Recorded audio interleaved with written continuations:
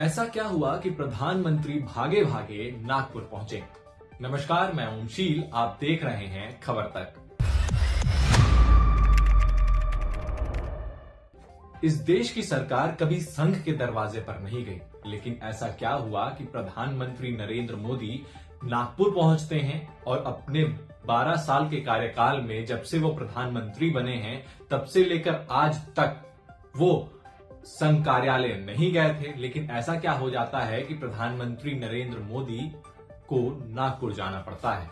जी, ऐसा मैं इसलिए कह रहा हूं क्योंकि आपको याद होगा, चाहे वो जेपी आंदोलन का वक्त हो या हो अटल बिहारी वाजपेयी के टाइम का, अटल बिहारी वाजपेयी कितने भी मुश्किल घड़ी में पहुंचे, लेकिन वो संघ के कार्यालय सरकार में रहते हुए नहीं गए।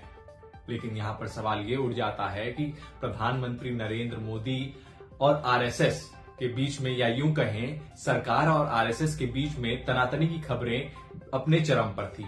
इस बीच नागपुर जाना प्रधानमंत्री का ये क्या दर्शाता है? क्या प्रधानमंत्री नरेंद्र मोदी को ये एहसास हो चुका है कि आरएसएस से तनातनी अब भारतीय जनता पार्टी के लिए नुकसान दे रही है, या यूं कहें कि इसका खामियाजा सीधे तौर पर भारतीय जनता पार्टी भुगत रही है? आपने पूर्व के दिनों में जो लोकसभा चुनाव हुए उसमें नतीजों के तौर पर भी आपने देखा होगा, और जो राजनीतिज्ञ हैं उनका भी साफ तौर पर यही मानना है कि जो भारतीय जनता पार्टी अपने दम पर जो सरकार नहीं बना पाई उसमें कहीं ना कहीं आरएसएस की नाराजगी का भी जिक्र वो करते रहते हैं। लेकिन सबसे बड़ा सवाल यहां पर यह हो जाता है कि जो जेपी नड्डा, जो भारतीय जनता पार्टी के अध्यक्ष हैं, उन्होंने जो लोकसभा चुनाव के दौरान एक बयान दिया कि भारतीय जनता पार्टी अब बड़ी पार्टी हो गई है, अब उसको आरएसएस की जरूरत नहीं है, वहां से इन सारी चीजों की शुरुआत हुई। और उसके बाद मोहन भागवत भी कई सारे मंचों पर वो जाकर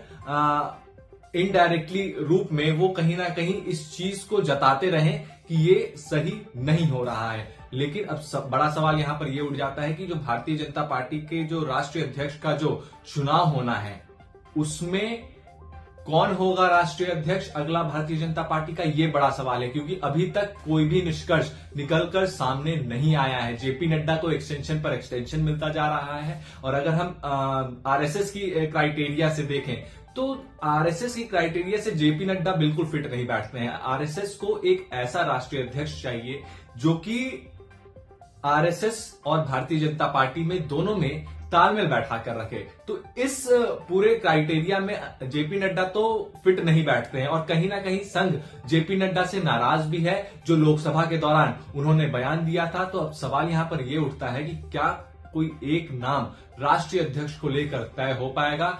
कुछ राजनीतिज्ञों का कहना है और कुछ भारतीय जनता पार्टी के करीबी नेताओं का कहना है, शीर्ष नेतृत्व का कहना है कि इस बार ऐसा हो सकता है कि दक्षिण से भारतीय जनता पार्टी के राष्ट्रीय अध्यक्ष का चुनाव हो, राष्ट्रीय अध्यक्ष भारतीय जनता पार्टी को मिले।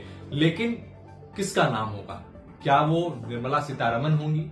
या अब सुनने में ये भी आ रहा है कि अगर दक्षिण का है, दक्षिण के अगर किसी लोग को भारतीय जनता पार्टी का राष्ट्रीय अध्यक्ष बनाना है तो उसमें शिवराज सिंह चौहान का नाम कैसे चल रहा है? क्योंकि अगर हम चर्चाओं की बात करें तो चर्चा में शिवराज सिंह चौहान का नाम है, देवेंद्र फडणवीस का नाम है और निर्मला सीतारमण का नाम है।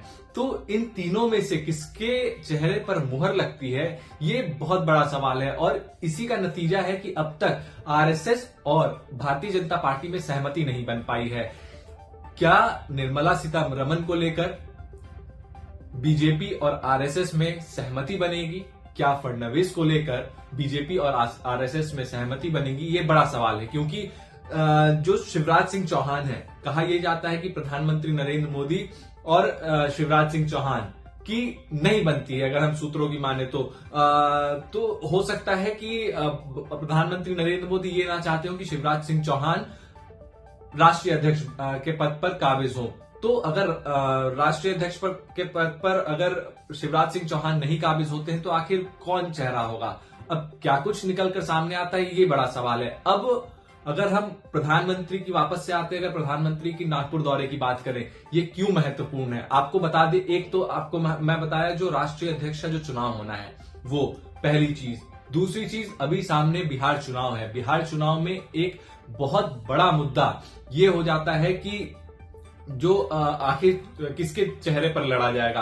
क्योंकि देखिए, अगर हम देखें तो भारतीय जनता पार्टी के लिए हमेशा से मुश्किल रहा है कि बिहार का विधानसभा चुनाव हमेशा से भारतीय जनता पार्टी के लिए मुश्किल रहा है। वो अपने दम पर सरकार कहीं ना कहीं बनाने में असमर्थ सी दिखती है। कहीं किसी ना किसी का साथ भारतीय जनता पार्टी को चाहिए होता है। लेकिन अब सवाल यहां पर यह उठ जाता है कि क्या भारतीय जनता पार्टी को आरएसएस का साथ मिलेगा और ये नाराजगी दूर होगी?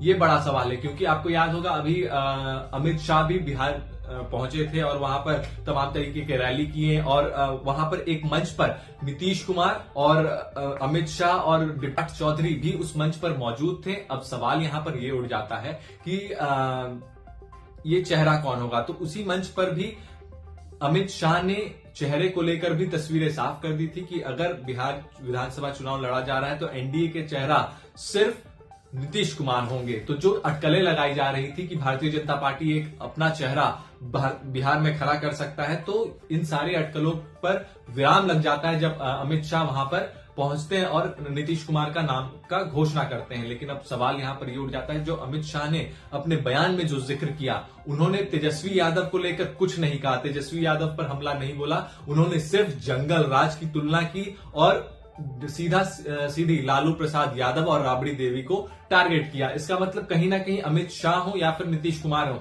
वो सीधे तौर पर चाह रहे हैं कि तेजस्वी यादव का नाम सामने ना आए और उनको एक तूल या फिर एक सीढ़ी तेजस्वी यादव को हम ना दें। तो अब देखने वाली बात यह होगी कि जो ये स्ट्रैटेजी है भारतीय जनता पार्टी की, या यूं कह ले एनडीए की, क्या ये बिहार चुनाव में काम कर पाता है या नहीं कर पाता है, ये देखने वाली बात होगी।